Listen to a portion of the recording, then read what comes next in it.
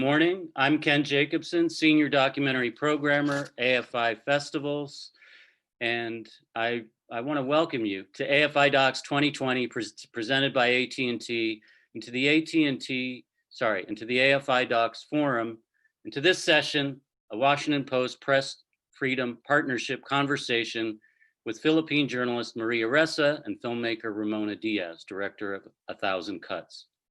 A few important thank yous. I want to thank our festival presenting sponsor, AT&T, and our sponsors of the AFI Docs Forum, our official sponsor, the Corporation for Public Broadcasting, and our major sponsor, the National Endowment for the Arts.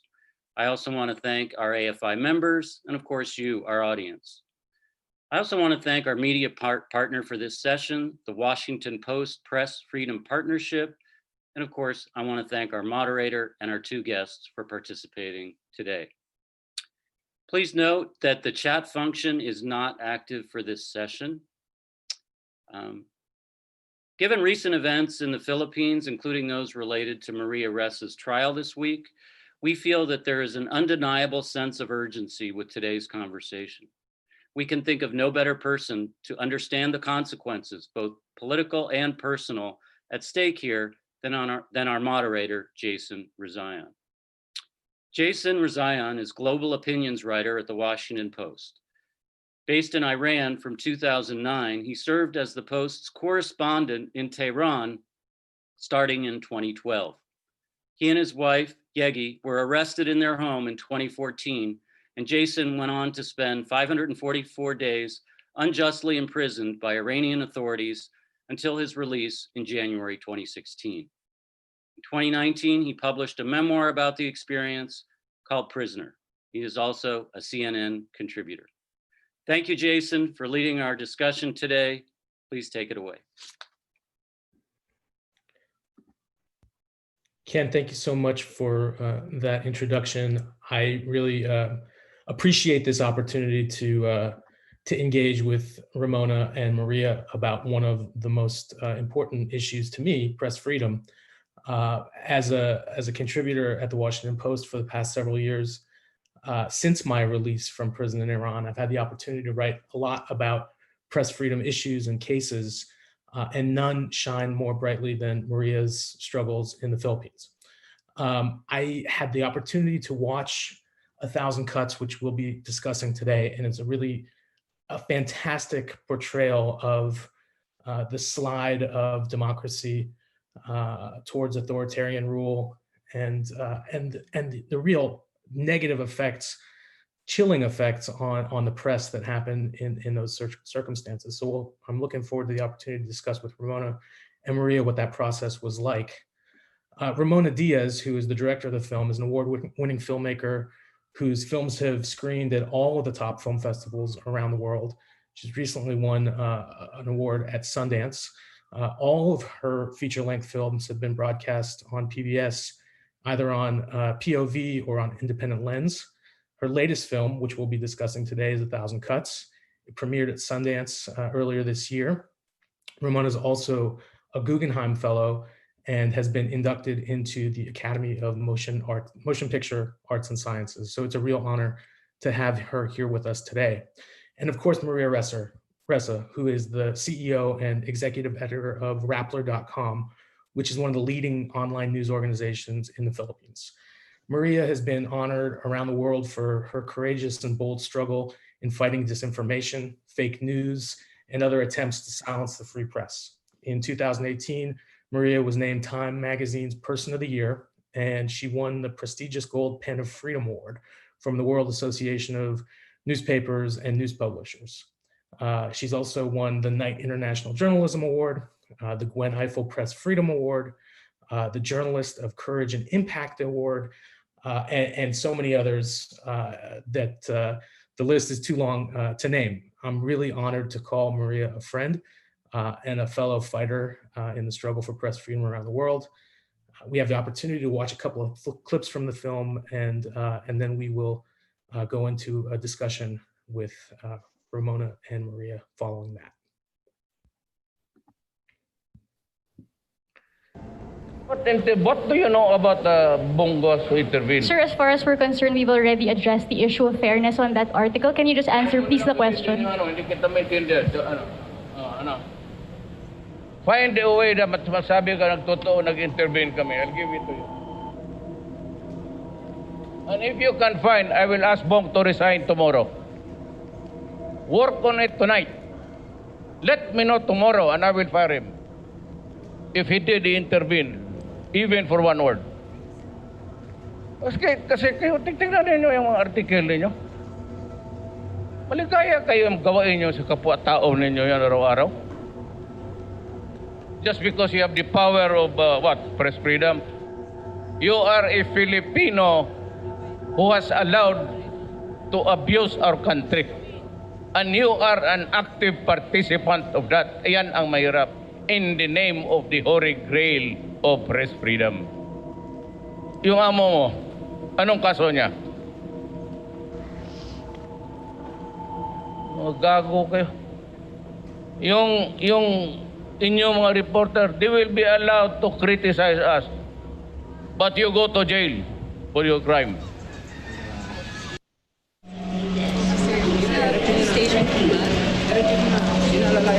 Well, I think we'll go and post bail. Right? Well, I would like to post bail because I've been served a warrant, but the warrant that's been served to me is A prominent Philippines journalist, Maria Ressa, has been arrested on fraud charges. Last month, Ms. Ressa, the executive editor of a news website, Rappler, was arrested over an alleged internet libel case. State prosecutors filed the latest charges against her while Ressa was on a trip in the U.S. Media watchdogs say the charges against Ressa were aimed at intimidating those who challenged Duterte's rule and his war on drugs.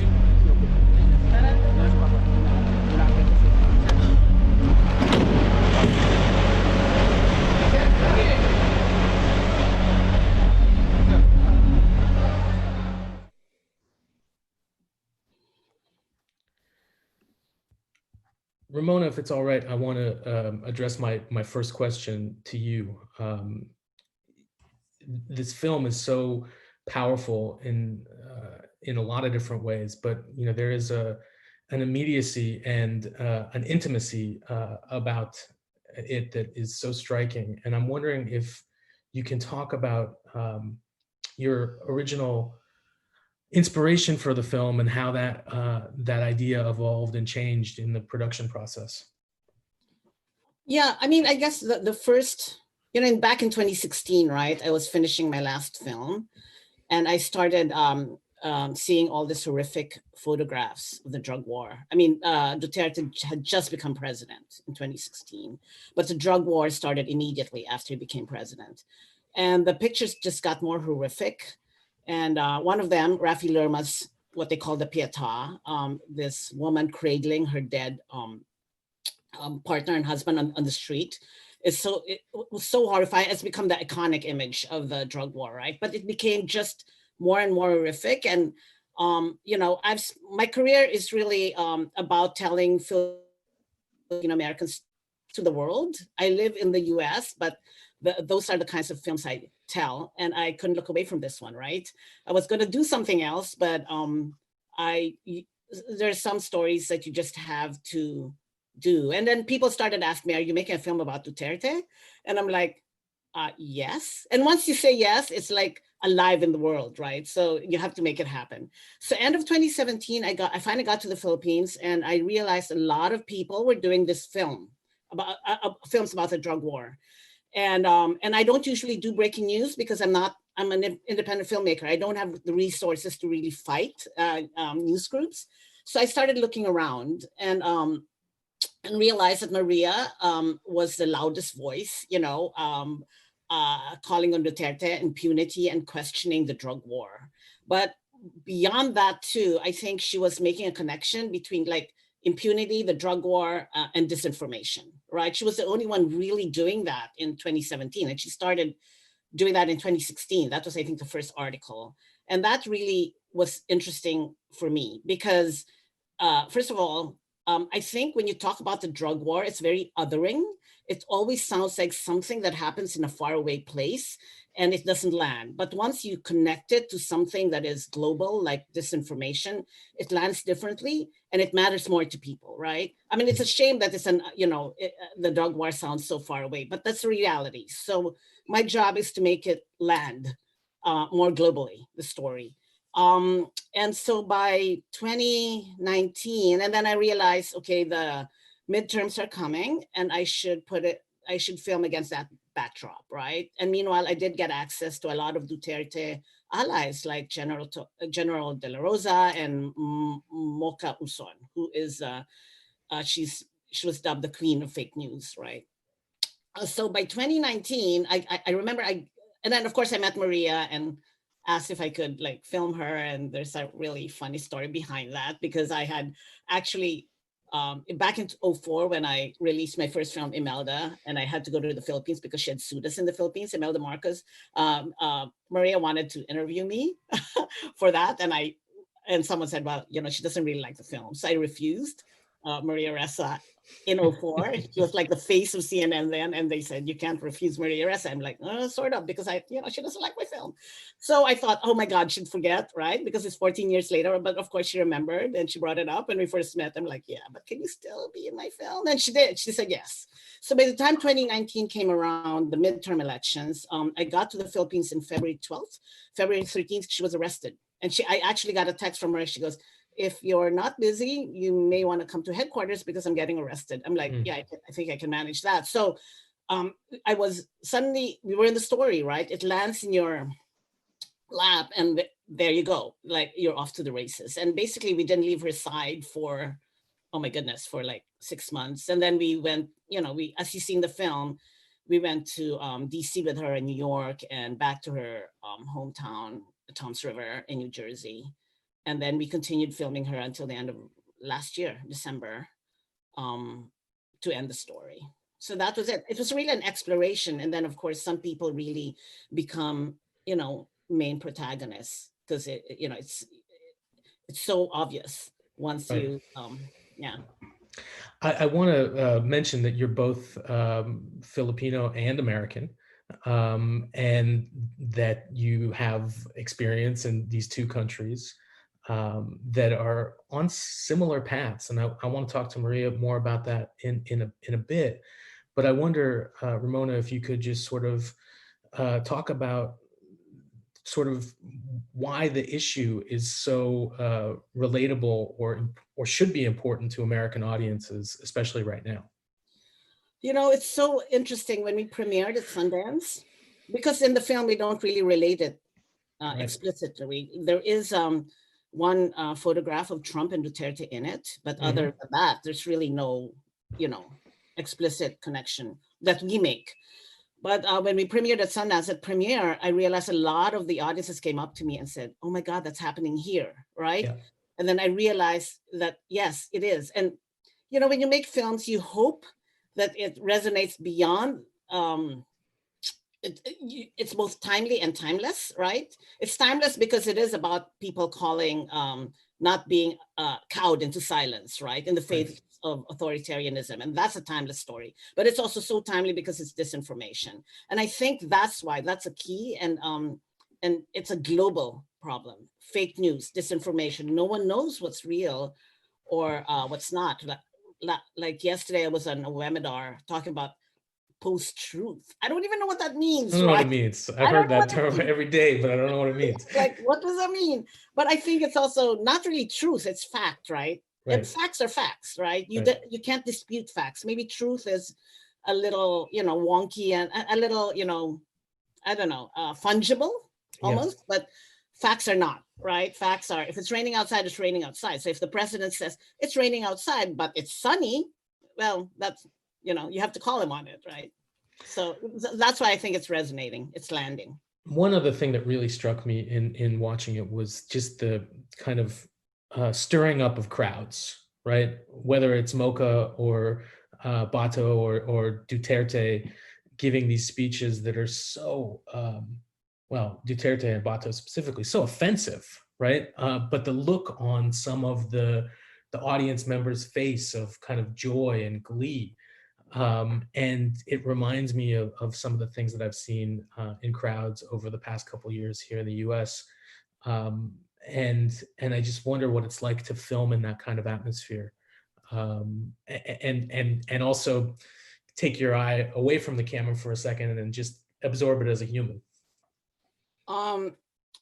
It's chilling, right? And because you're in the crowd and he's saying all those things and people around you are laughing like it's entertainment, right? And I was taken aback. And then you get used to it, which is so weird because we attended a lot of those rallies. But so imagine me, I was with a cinematographer and a sound person who I brought in from the US as well. And we're all on comms, right? We're all on walkie-talkies. And I have to translate what the president is saying to them because they don't speak the language. So I'm like, everyone is on comms, the whole crew. And I have to say, okay, Duterte is now talking about, his penis. And then my DP's like, excuse me? I'm like, yes, he is. Oh, now he's talking about, women's parts and fish. And it was really awkward. And they're like, should we zoom in? So it was really, once I heard myself say that, it was like, oh my God, this is what we've come to, right? And then you see the kids running around. There are a lot of kids at those rallies, right? Yeah. Also like laughing. I'm not sure they understand. I think because the crowd's laughing, they laugh as well. So it's chilling. It's all distraction, right? It's all entertainment. It's all packaged in that way. But then there's menace because Bato comes out and talks about the drug war. And at the end, his punchline is, if you don't clap, you're a drug dealer, right? After being a jester and dancing. So there is that, I think, very juxtaposition of jester and entertainment and clown, but menace, right? Because he is, after all, the implementer of the drug war, right? And when the numbers really rose when he was head of the Philippine National Police. I want to, before I start addressing some questions to Maria, get your take on the future of Maria's legal status and the cases that are still out there against her, and what direction it might go. Okay, this is not a legal opinion, obviously, but okay, let's zoom out, right? So she had 8 cases. This is the first, the verdict that was handed down. This was the outlier case, right? This case should have been thrown out. The fact that she was found guilty and there's a 6-year prison sentence hanging over her head is horrific. It doesn't bode well for the other 7 cases. That's really the big picture. So how do I feel? I'm scared for her. I really am, because this case was so obviously, it was thrown out by the NBI with, the country's FBI at first and then brought back, right? Basically, they are retroactively applying a law to an article that she did not even write. And I think it's very telling that Rappler was not found guilty and she was. So there's obviously, to me, that's a political move, right? And I think we also have to mention her Ray Santos, who is the writer and no longer works at Rappler. He's never been wanted, he doesn't have the support. Like Maria has the worldwide support. Right. I don't think a lot of people knew that she even had a co-defendant. So I think it's important to mention him because he needs our support as well. He's afraid, So I'm afraid for both of them. Well, I think it's important that we all do what we can to continue to shine a light on these cases and other cases around the world. I mean, I think Sure. I end up writing about these issues on a weekly basis. The politics in one country is different than any other, but at the same time, it's all the same strategy and intent, which is to silence criticism and an independent inquiry. So you've got an ally in me, and Maria, my dear friend. I want you, if you could, tell us about your week. I was really struck by this moment in the film when you're addressing the newsroom and one of your colleagues says, "I'm enjoying the last days of democracy," and I wonder, is there still hope? And does this week say about the future of democracy in the Philippines? It's the future of democracy. Look, you always have to have hope. Jason, I mean, we've had these intense discussions, right? You have to have hope. But I think what this week did is to really codify the abuses into law, right? This law is there's an anti-terror bill that it will become law.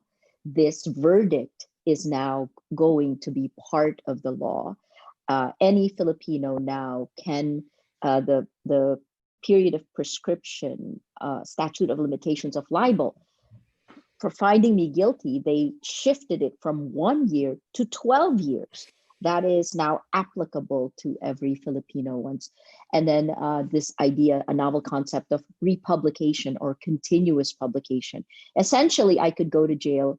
Ray and I can go to jail for up to 6 years because someone in Rappler fixed one letter of one word, fixed a typographical error, grammar Nazi. And because of that, that was the excuse. This is obviously legal acrobatics. Strangely enough, I prepared myself for the worst because I expected it. It just fits the pattern. It feels like this is the road that we're on. And when the verdict came, in fact, I was taking notes and I knew exactly when she was reading it, when it was going to be a guilty verdict. And at that point, I put my notebook aside and I looked at the judge because I just felt like, well, this is now signed. We have a name, and that's the way we have to deal with this, right? When it's democracy's death by 1,000 cuts, every cut will have a name. So I think that there are a lot of people who will be tuning in or watch the film or read about your case and think to themselves, oh, that's the other side of the world. And, the Philippines is, a developing nation and they don't have the same kind of democratic traditions and institutions that we do. They never had press freedom, whatever. I mean, there's going to be 1,000 different things that people assume. Talk to me about why this is relevant to people living in every democracy around the world.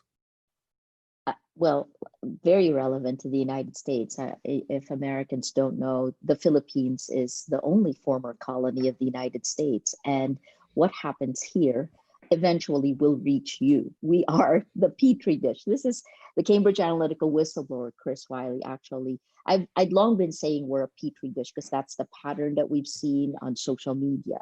But Cambridge Analytica, this whistleblower, Chris Wiley, said that they actually tested tactics of mass manipulation here in the Philippines, in countries like ours. And then if it worked here, the word he used is ported. They ported it over to you. So what we are going through comes sooner or later to you. And what I'm seeing is, let's talk about disinformation and the kind of pounding of the fracture lines of society.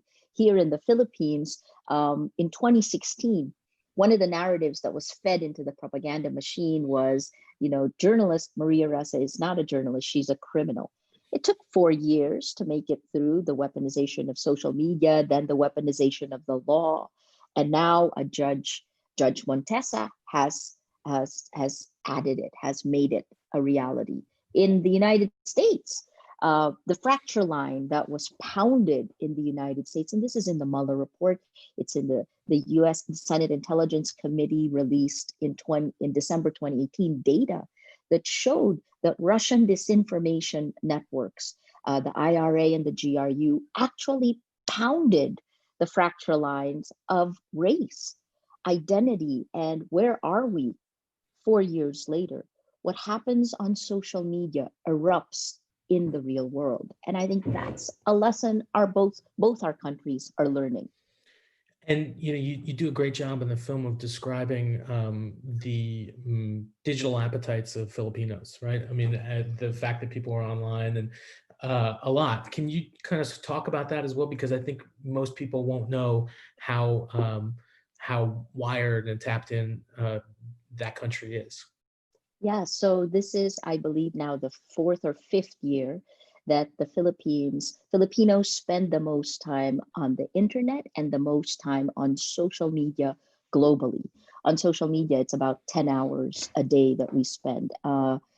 Everyone has a cell phone. The penetration rate of cell phone is 114%. So I have 3.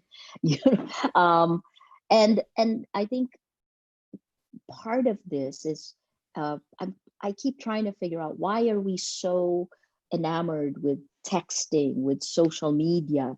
And a lot of it is because I think we have always had weak institutions. To get anything done in government, most of the time, it's tough to go through. You can't stand in line. If you stand in line, it'll take you days to get something done. So you have to know someone who knows someone. Social networks, social networks are your family and friends in the real world. Social media is just creating it exponentially. So this is a country that took to it. Before we became the social media capital, we were the texting, the SMS capital of the world. So that's our history. We're a testing ground. And that, yeah, go ahead, Ramona. I didn't see up there. I also have another theory, and Maria and I have talked about this. I think social media, texting, and all that really goes really suits our national character. When I say our, I always say, I live in this liminal space, right? The US. Right. When I say our, the Philippines, because we're a very non-confrontational society, right? So texting and social media is like perfect for the national character. You don't have to respond. You don't have to say yes or no. You don't even have to talk to anyone, right? So it's much easier, I think. And that's always why I thought it just suits us. And that's why it's taken off. I remember texting in the Philippines before I texted here in the US. So texting became a thing. I was like so happy and excited about texting. And I told everyone here in the US, they were like, what?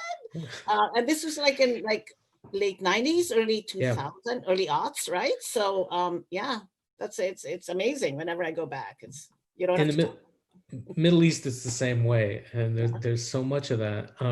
But Maria, you made the point about how our online lives become our real lives, and there's this scene at the end of the film when I don't know exactly what the setting was, but you're taking questions from local people, and an older woman, starts leveling accusations about you and your work in a fairly cordial way.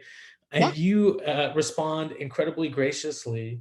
And I just, I think we see that time and again here as well. It used to be just in the comment sections of our articles. And now, it's on Twitter, and then, it spills over into real life. How do you maintain that sense of composure and, two-way communication with, with that part of the public in the Philippines that, has bought into the state narrative? So I guess part of it is because I want to know, right? You're the same way. So I listen because I want her to change my mind.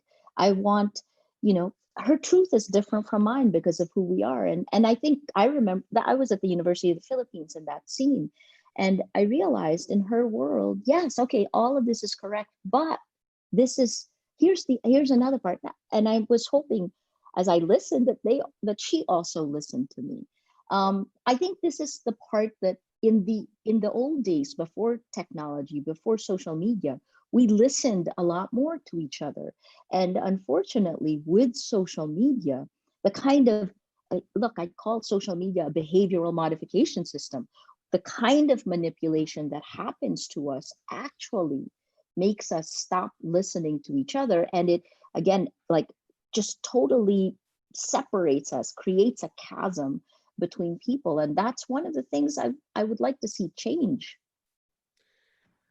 On that point, I mean, I think that some of the most memorable and evocative scenes in the film are the conversations that you have directly with Duterte.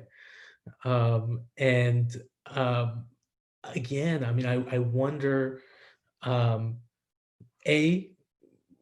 could either of you, I mean, you can't speak for him, but envision having that conversation next week, or not the same conversation, but sitting down in the same sort of format?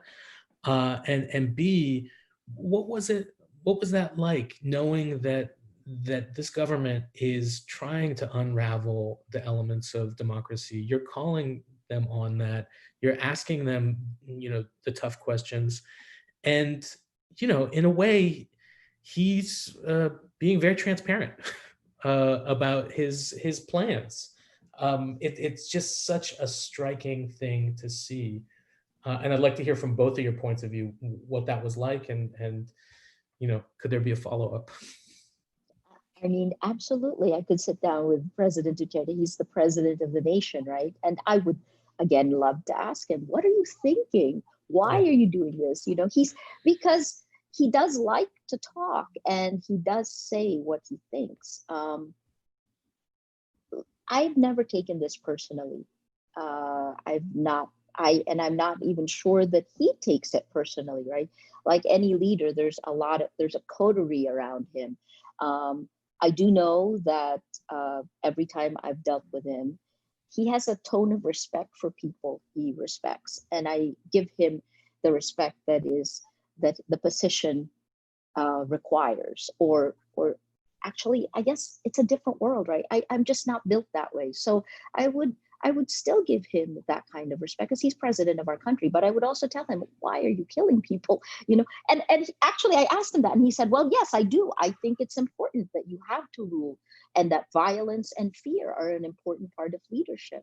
I asked him, what makes you think you're the right guy? Why will you be able to do things that other leaders have not?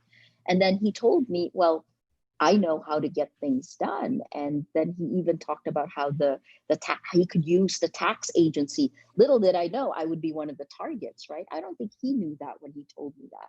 So he uses the levers that he has to different. Well, I think history will tell us whether or not this is okay. It certainly isn't according to the Constitution. Ramona, what were those scenes like for you, and in your other kind of encounters with high-level officials? I mean, I think of Bato de la Rosa. I mean, I wasn't familiar with him before I watched this film, and now I don't think I'll ever forget him. So there are two interviews we're talking about, right? One was in 2015, before he was president. Yes. And he was just a candidate. He was a mayor of Davao, Davao is a city in the south of the Philippines. So he was really outside the capital, right? He was an outsider, supposedly, running for the president. And he's also the very first person who went from being mayor to president, right? Usually you go through the Senate and all that, but it was local to like national. I want to make one very similar to Iran with Mahmoud Ahmadinejad. Went from being the mayor of Tehran to president without ever becoming a national figure. Yeah, but he was like mayor of not even the capital, right? It was like Davao City down south. So that's the first interview. And then the next interview is 2016, he's already president. He's just become president, or the end of the year, right, Maria? Mm-hmm. To me, December. It's a very interesting dynamic, because in the first one, Maria is a better known person in that first interview, right? Mm-hmm. Because she was like, she's been a journalist for a long time. She's known in the Philippines. And then there's a slight power dynamic shift in the second one, where he's already president, right? Which to me is really subtle but interesting, because now, but because Maria's tone has not changed, and he is sort of like bring out papers and lists, and which didn't make sense, because he's pointing out lists, and Maria goes, but how do you know all these people are really guilty, right? There's no due process, and all he can ask is really fear, right? That's his go-to. It's fear. But also you have to realize that he campaigned on all these things, right? He campaigned on the drug war. He said he was going to kill people, and he did. And he still got elected, right? So I thought it was just really interesting. But like Maria said, he has this respect for people. He's like this sort of nice guy, right? But drug war, not Right. so nice, Right. right? And also, I mean, just his kind of blatant disregard for the humanity of people, right? Yes. That cross him or cross his Yeah. perceived That's correct. beliefs. I mean, Yeah. there's that moment where he says, your concern is human rights, mine is human lives, right? And it's like, oh gosh, how do you combat that? The fake news and disinformation campaigns are really insidious and also so dangerous to the kind of national political debate in any country. Yeah. But one part of it that is for our purposes, I think even more concerning is the dehumanizing of journalists, right?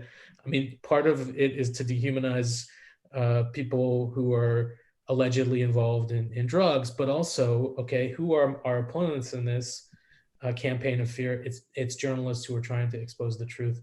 Let's take away their humanity. And I think, your humanity and the humanity of your colleagues really shines through in this film. And, there's not going to be the opportunity for these people that you work with necessarily to be recognized on large international scales, but their commitment to truth telling is incredible. And I want you to talk about your colleagues a little bit. It's you saw that clip where Pia Ranada, she's our palace reporter. Pia at that point was 26, 27 years old, and President Duterte bullied her on nationwide television, and she reacted like a pro, and I those are the times when I get angry when the abuse of power is that asymmetrical. Why pick on a woman who is just asking him a question? I think you saw Patricia Evangelista in the film. You saw Rambo Talabong, and they're all. I believe Patricia may just have turned 30. Rambo, he came to us straight out of school, walked into the drug war, right? I think the reason why we continue doing what we do is because the mission of journalism is infused in Rappler with this intense idealism of youth.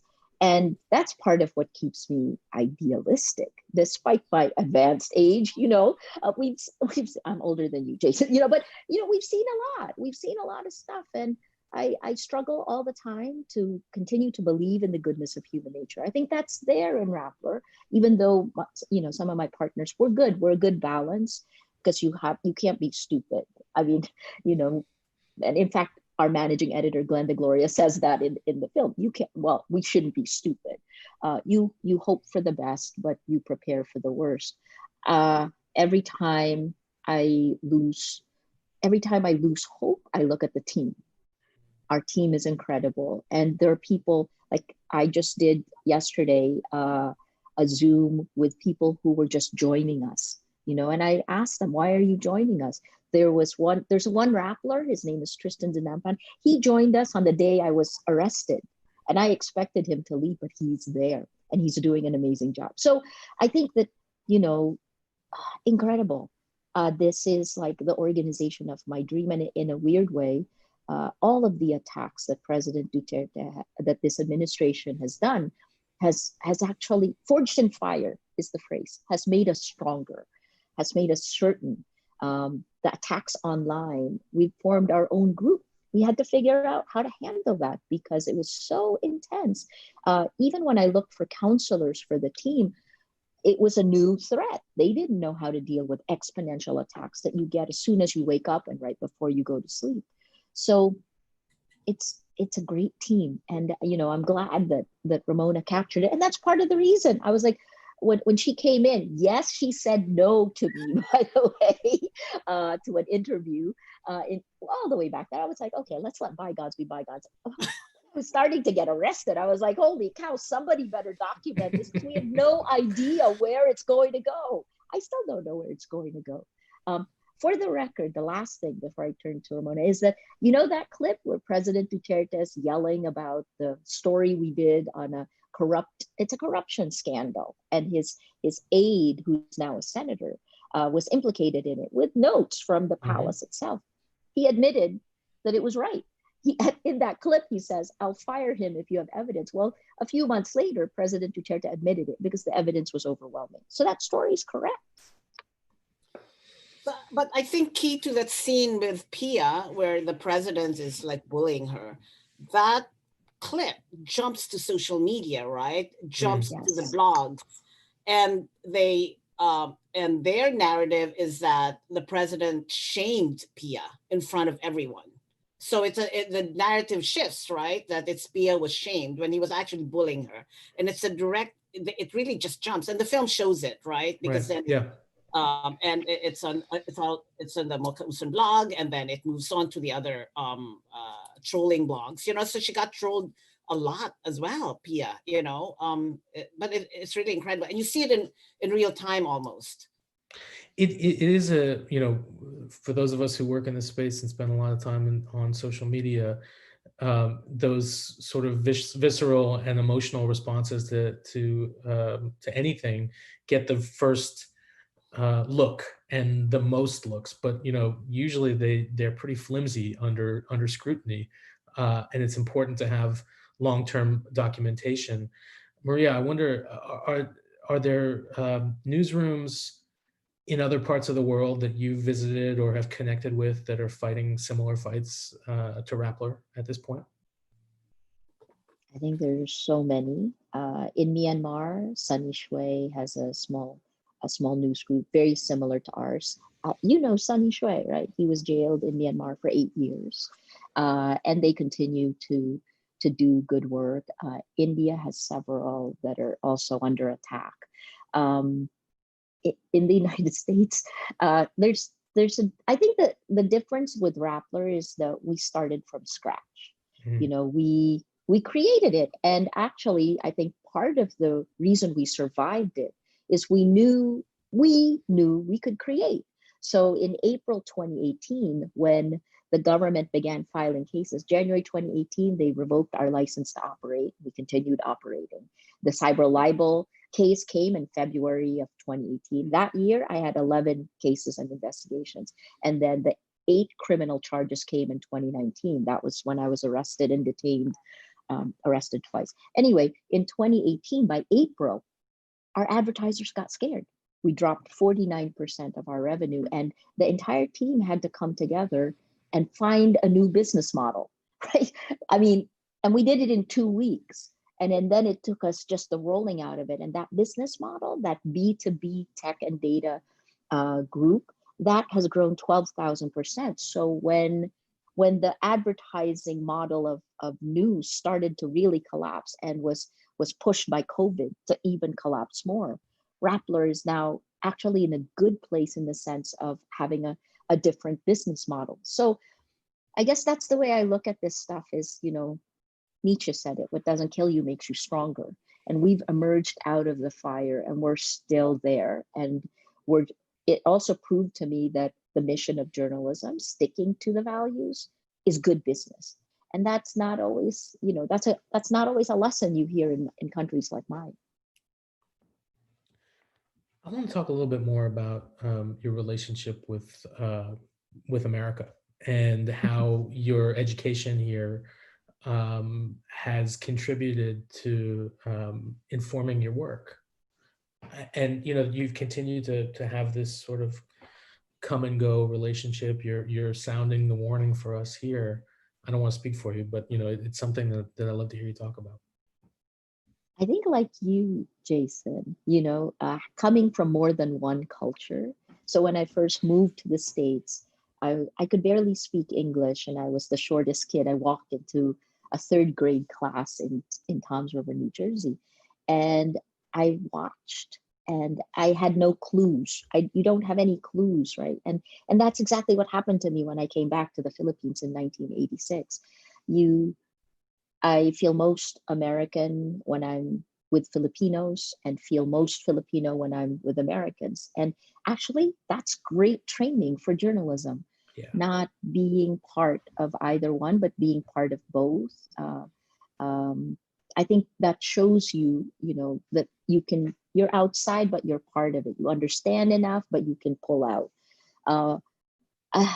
I think what I've seen now, what I tried to do in my life is to put the best of both cultures together. But I spent a long time looking for home. Where is home? And I made a decision when I turned 40 years old, I was going to choose home. And up until I turned 40, I didn't know where that was. We discussed this. Where is home? Ramona and I get into this discussion all the time.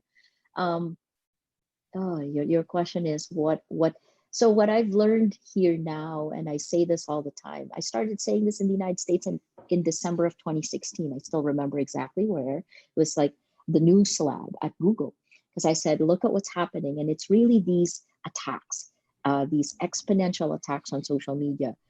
This is going to change us. And it was changing the way we were thinking. It was changing our values.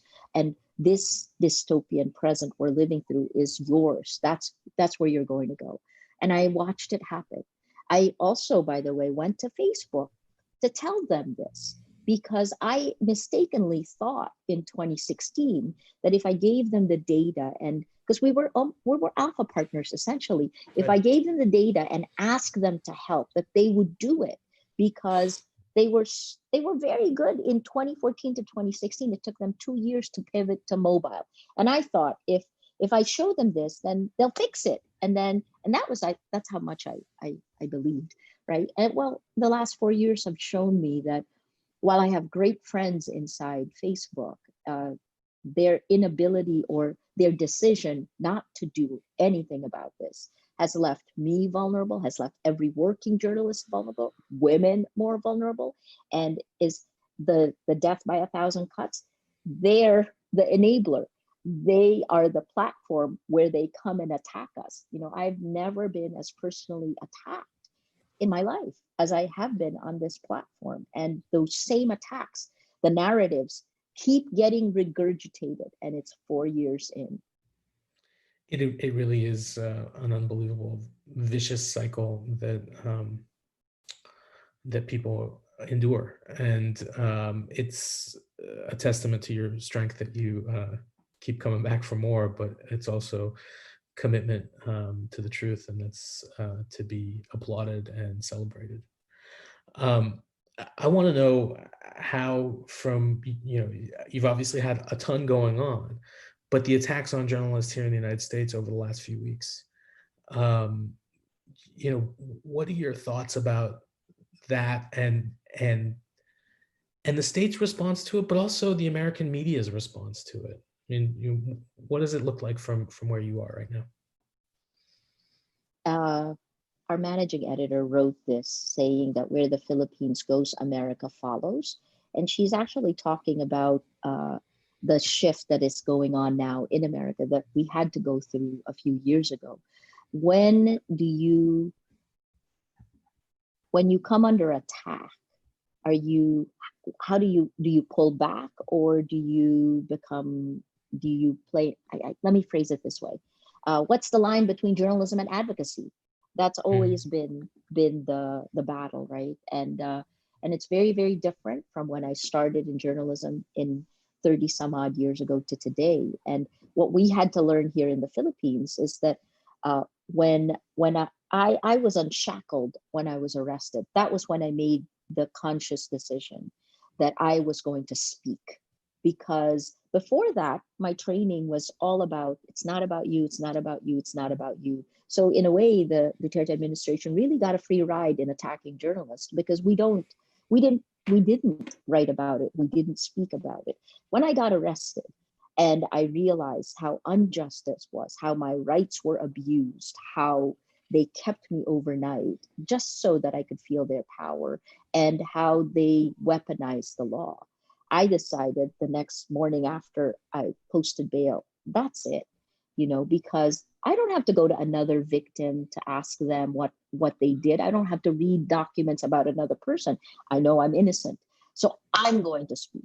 I think similarly in the United States now, I think American journalists are dealing with that and trying to figure out where is the line in race, for example. Is there a truth? Where is that line that you draw? And I think, our response is transparency. It's a radical transparency. You tell people exactly where you are, what you've gone through, and why. Because there's the skills of analysis that we've been taught, and the ability, the discipline that you exercise as a journalist. I think those are great things to bring to the debate. Finally, it's very simple to me.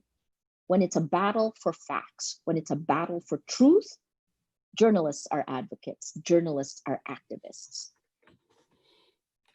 Ramona, you have anything to add to that? No, I was just everything she said, Maria said, but I just remembered a story. A writer from another major publication here in the US that we shall not name, before it took them a long time, right, to call Trump a liar. And I was talking to this journalist, and he was saying that they came out with a lot of synonyms for liar before, and they used all those synonyms before finally said, we just got to use the word liar, right? Because it's a fact.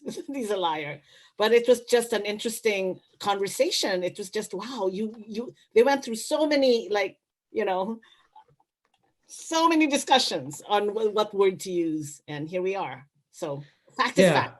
Yeah, exactly. And I think we've done a great job of fact checking the fact that both of these men who run our countries right now are liars. When I was invited to do this a few weeks ago, one of the questions that was obviously on my mind and now has kind of sunken down to lower on the list because of so many things that have happened is how COVID has changed the equation of the press's ability to work freely in the Philippines in recent months. Yeah, it's transformational. I mean, so I think three big things happened in 2020 that has changed everything, and I think this administration has to handle. The first is the pandemic, absolutely. And for the record, by the way, one of the things when I got the notice that I needed to show up at the court in person, I actually asked my lawyer. I was like, "Wait, Ted, so if we get COVID, can I sue the government for making me go?" Well, guess what? Yesterday, the courts just said that they are quarantining everybody who was in that regional trial court, in the Manila Regional Trial Court, because we were exposed to COVID-19, right? So anyway, sorry. So the first is pandemic, very militaristic. Our president actually in the middle of it told Filipinos to stay at home or else. And then he ordered the police. He said, if they violate quarantine, he said, quote, shoot them dead. Shoot them dead. And then the next day, a 63-year-old farmer was stopped at a checkpoint. He wasn't wearing a mask. The police report said that he came with a knife and it seemed like he was angry. Someone said that he was asking for food, like he was angry, and they shot and killed him. Someone else, another person was captured on cell phone, shot and killed. So this is brutal. We have tens of thousands of people arrested. That's our COVID-19. The numbers of COVID-19 are similar to the drug war numbers. They're very creative, and we wonder about this. We demand better. The second one is the shutdown of ABS-CBN, the largest broadcaster in the Philippines. This happened a month ago on May 5th, one day after their franchise expired. They received a notice, much like Rappler, a minor regulatory agency. It said cease and desist immediately. Within hours, they were dark. They shut down. The last time they did this, President Ferdinand Marcos declared martial law, and ABS-CBN was shut down for 14 years. And then finally, the third part is this anti-terror bill that essentially now can have a small group of cabinet secretaries can now declare anyone a terrorist, a critic. A critic can become a terrorist, and They can they don't need to issue an arrest warrant. They can arrest you. They can also keep you in jail for up to 24 days. These are alarming things, and this is what the president will be signing soon into law. What does this all mean? Then you add my verdict to it, right? What I'm hoping is that Filipinos wake up, that we all wake up and realize that we're at the precipice and that we need to use our rights, exercise our rights, or lose it. We're coming up, unfortunately, on the end of our time. I'd be able to sit here all day with you both and discuss these things. I want to give Maria the last word, but first I want to ask Ramona, what's up next for 1,000 Cuts, and what are the ways that that people can see the film and support it, and really witness this incredible work? I don't know if you know, I'm going to rewind a little bit, because right before Maria's verdict on last Monday, the 15th, we actually had a sneak preview streaming of the film in the Philippines for 24 hours in anticipation of her verdict. And also it was Independence Day, and the anti-terror bill was about to be signed. It's on the president's desk, and ABS was shut down and locked down. So I thought, let's release it for just 24 hours, free to everyone in the Philippines. This was geo-blocked in the Philippines. And we had expected, at the most, it was on the Frontline channel, YouTube channel, because Frontline is a distributor here in the US. Frontline PBSD. And we had expected their average views would be like 20,000, 40,000 at the most, 50,000, because we did this so quickly, right? Mm-hmm. We didn't even do any advertising. Oh my God, Jason, in 24 hours, it was like 233,000 views. Wow. And the messages I had been getting, like I got throughout the 24 hours, was like, I think there's a deep regret. A regret is not even a deep sadness over what's happening in the country. Like they took the eyes off the ball. It's like, how did we get to this? We've been here before. We have, like, right, martial law. How did this happen again? So people are just getting woke, right? But they're also in lockdown, right? So I think the sense of isolation is compounded with this film. So I just wanted to point that out. So we will be back in the Philippines, because I know that people in the Philippines are listening, but more immediately we'll be out in theaters and cinemas here in the US in August. Yeah, I don't know yet the date, but it's early August. And then we probably will be in some streaming platform internationally, and then broadcast here later in the year on Frontline. But that's like in November. Well, I encourage everybody to do whatever they can to see this film. I want to thank AFI Docs for hosting this important event. But before we go, can I say something? Yeah, sorry. Sure, go ahead. No. This is so surreal for me, because Maria talks about you a lot, Jason, when we were filming, because she really, I don't know, her story, your story really resonated with her. That book. And she even talks about you in my film. So to be sitting here with the both of you is kind of like I'm in my film, because your story very much, you're very much in her mind, right? Especially after the verdict, with you spent 544 days See, she even remembers the number, because I repeated it so often. Maria. I have to say the feeling is completely mutual. Every time Maria and I are part of this kind of unofficial traveling band of press freedom fighters that show up in the same places around the world sometimes, and it always feels like coming home. So it's been a great joy to do this. I also want to thank the Washington Post Press Freedom Partnership, and I would encourage anybody who cares about this issue to sign up for our Press Freedom newsletter that comes out once a month. It's completely free. You don't need to subscribe to the Post. And every month we give updates on the most important cases around the world. So I want to let Maria take us home, and I'd like to know what the best hope for democracy in the Philippines is, and what would you like to see in the months and years ahead? It's very hard to say what the best hope is because we're in the middle of it, right? There's this great quote: the only way we can answer that question is to live our way into the answers. Rilke. It's a Rilke quote. And I'll jump off what Ramona said, which was, I have in almost every interview when someone asks me, are you afraid? Are you ready to go to jail? My response always includes you, Jason, because I say, look, about a year ago, I had to figure it out, because if I was afraid, then I couldn't walk straight. I couldn't. And so I had to, and this is, I wrote this down because I gave the commencement speech to the class of 2020 for Princeton University. And the advice is this simple. And I think it's good for all of us right now, because this is a very uncertain, tenuous time. Embrace your fear. Embrace your fear.